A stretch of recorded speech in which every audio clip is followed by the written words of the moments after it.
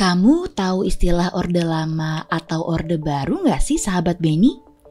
Mungkin kalian pernah dengar kali ya, tapi kalian tahu nggak istilah Orde Asli? Nah, di video kali ini kita sedikit bahas sejarah ya, yaitu tentang kemunculan Orde Asli, Orde Lama, dan Orde Baru. Buat kalian yang masih asing sama istilah ini, jadi Orde Lama dan Orde Baru ini tuh mengacu sama masa pemerintahan Presiden Soekarno dari tahun 1959 hingga 1966 dan masa pemerintahan Presiden Soeharto dari tahun 1966 sampai 1998. Dari sumber yang Min Beni dapatkan, bahwa sebenarnya istilah yang pertama kali muncul itu adalah Orde Baru, bukan Orde Lama. Meskipun jika kita melihat timeline waktunya, istilah Orde Lama harusnya yang lebih dulu muncul, karena tahunnya kan lebih awal. Tapi ternyata istilah Orde Lama dan Orde Baru ini populernya pada masa yang sama, yaitu pada masa pemerintahan Presiden Soekarno akan berakhir. Istilah Orde Baru muncul pertama kali dan dipopulerkan oleh Lo Ginting atau Lo Xianghien Ginting, seorang politisi dari Partai Katolik yang juga pendukung elemen Angkatan 66, yaitu angkatan yang menyuarakan 3 tuntutan rakyat atau Tritura kepada pemerintahan Presiden Soekarno. Selain itu, istilah Orde Baru juga sering digunakan oleh kelompok Jenderal Abdul Haris Nasution, yaitu seorang tokoh militer yang memiliki pengaruh besar pada masa transisi dari pemerintahan Soekarno ke Soeharto. Barulah istilah Orde Baru dan Orde Lama ini dipatenkan secara definitif dalam Musyawarah Kesatuan Aksi Mahasiswa Indonesia atau KAMI pada 17 sampai 21 Juli 1966. Musyawarah ini mengadopsi istilah Orde Baru untuk menggambarkan perbedaan antara sistem pemerintahan baru yang diusung oleh Soeharto dan istilah Orde Lama sebagai kritik terhadap kebijakan-kebijakan di era pemerintahan Soekarno.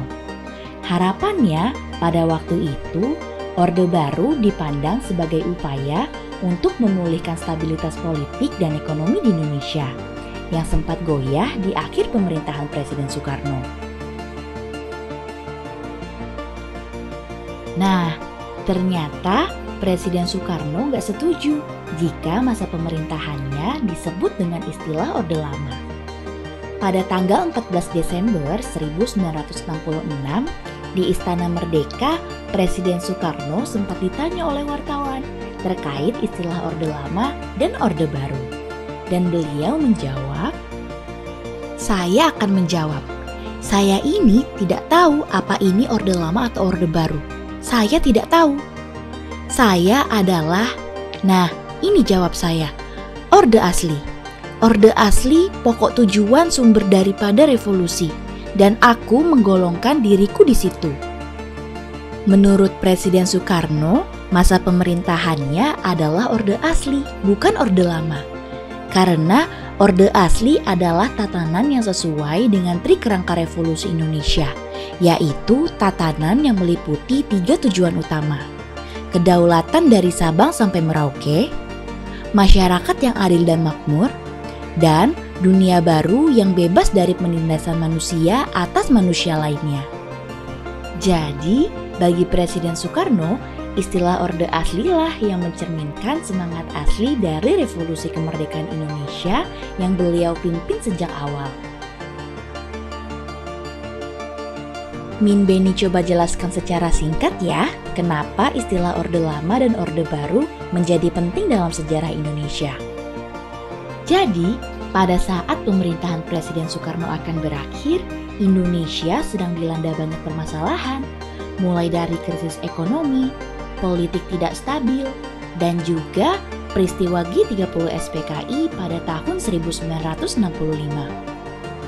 Permasalahan tersebut membuat masyarakat Indonesia terpecah dalam berbagai pandangan.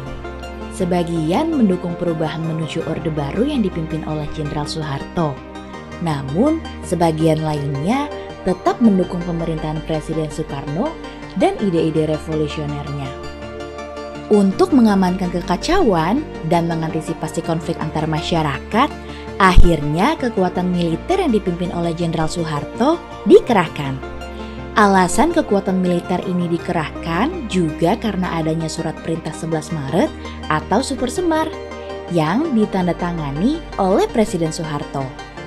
Selain itu, dari kalangan aktivis dan juga mahasiswa menuntut Presiden Soekarno untuk segera menstabilkan kondisi yang ada di Indonesia dengan memberikan 3 tuntutan utama atau tritura, yaitu pembubaran PKI beserta ormas-ormasnya, perombakan kabinet Dwikora, dan menurunkan harga pangan.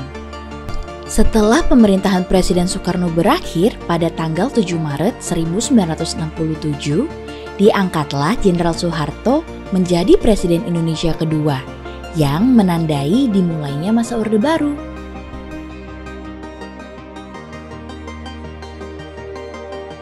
Pada awalnya, Orde Baru memang menjalankan perbaikan atas kebijakan-kebijakan Presiden Soekarno yang dianggap gagal mengatasi masalah Indonesia pada saat itu.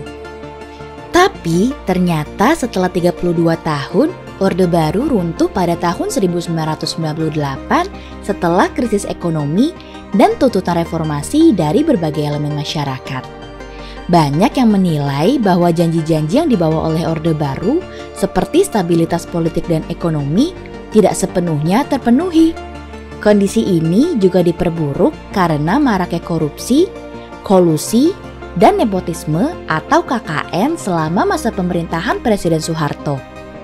Jadi sahabat Beni, Orde Asli, Orde Lama, dan Orde Baru bukan hanya sekedar istilah saja bagi warga Indonesia, tapi juga sebagai pengingat yang menunjukkan perjalanan mendalam dalam sejarah politik Indonesia, baik dalam hal keberhasilan maupun kegagalannya.